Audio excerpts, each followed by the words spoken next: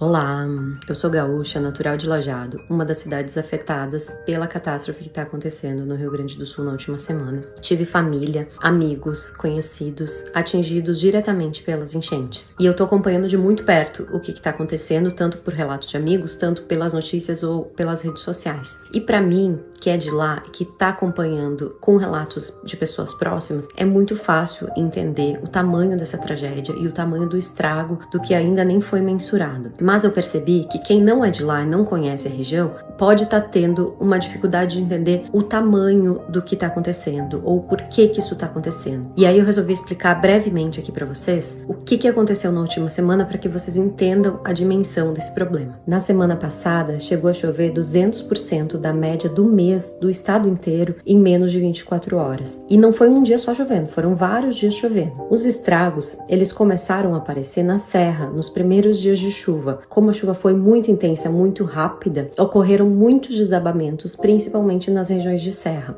Muitas casas soterradas, estradas interditadas, municípios que ficaram já sem acesso desde o início. Esse volume tão grande de chuva, ele começa a escoar e ele vai para os rios que se distribuem pelo estado inteiro. Esses rios, eles vão desaguando em rios maiores e as cidades, especialmente os rios de vales, eles começam a receber um volume muito grande de água e passam do seu nível normal e começam a transbordar. Um desses vales é o Vale do Taquari, que é onde fica Lajeado. Então, só para vocês terem uma ideia, o rio Taquari é o principal rio do vale. Ele tem normalmente 13 metros de profundidade. Quando chove na serra, na região, nessas regiões que recebe o rio, ele começa a subir naturalmente de tamanho para suportar esse volume de águas que vem, e a partir de 19 metros ele começa a transbordar. Dessa vez foram 34 metros que esse mesmo rio atingiu. A cheia anterior de setembro do ano passado tinha sido 29. Então vocês imaginem, de 25 para 34 metros de altura de água, isso dá mais um prédio de 2 ou 3 andares. Isso é muito volume de água. Esse volume de água, ele vem com uma correnteza muito forte e ele sai destruindo tudo que ele encontra pelo caminho. Além disso, as pessoas não sabiam, não tinham ideia de que as suas casas, os seus estabelecimentos comerciais estavam em locais que essa água podia chegar, porque nunca tinha chegado antes. Então muitas pessoas não saíram de casa, não tiraram nada de dentro. Muitas pessoas tiveram que ser resgatadas nos telhados das casas, muitas não resistiram. Essa água, com esse volume forte, essa correnteza, destruiu muita coisa pelo caminho, muitas casas, muitas pontes, muitas cidades ficaram isoladas, sem ter nem abastecimento de suprimentos básicos. E isso não foi só nessa região, foi por boa parte do estado. Depois de passar por esses vales, esse volume gigantesco de água se direcionou quase todo para um mesmo lugar, para o Guaíba, na região de Porto Alegre, na região metropolitana. Nunca tinha sido registrado um nível de água tão alto quanto agora. E isso acabou inundando cidades quase inteiras que nunca tinham recebido nem perto daquele volume de água. Por isso, muitas pessoas ficaram isoladas, não sabiam que entrar nas suas casas, foram pegas de surpresa e tiveram que ser resgatadas nos últimos dias. Cidades como Canoas, o ladinho de Porto Alegre, teve 2/3 da sua área inundada de água. Imagina uma cidade com 300 mil habitantes, em que 2/3 das pessoas precisam sair das suas casas.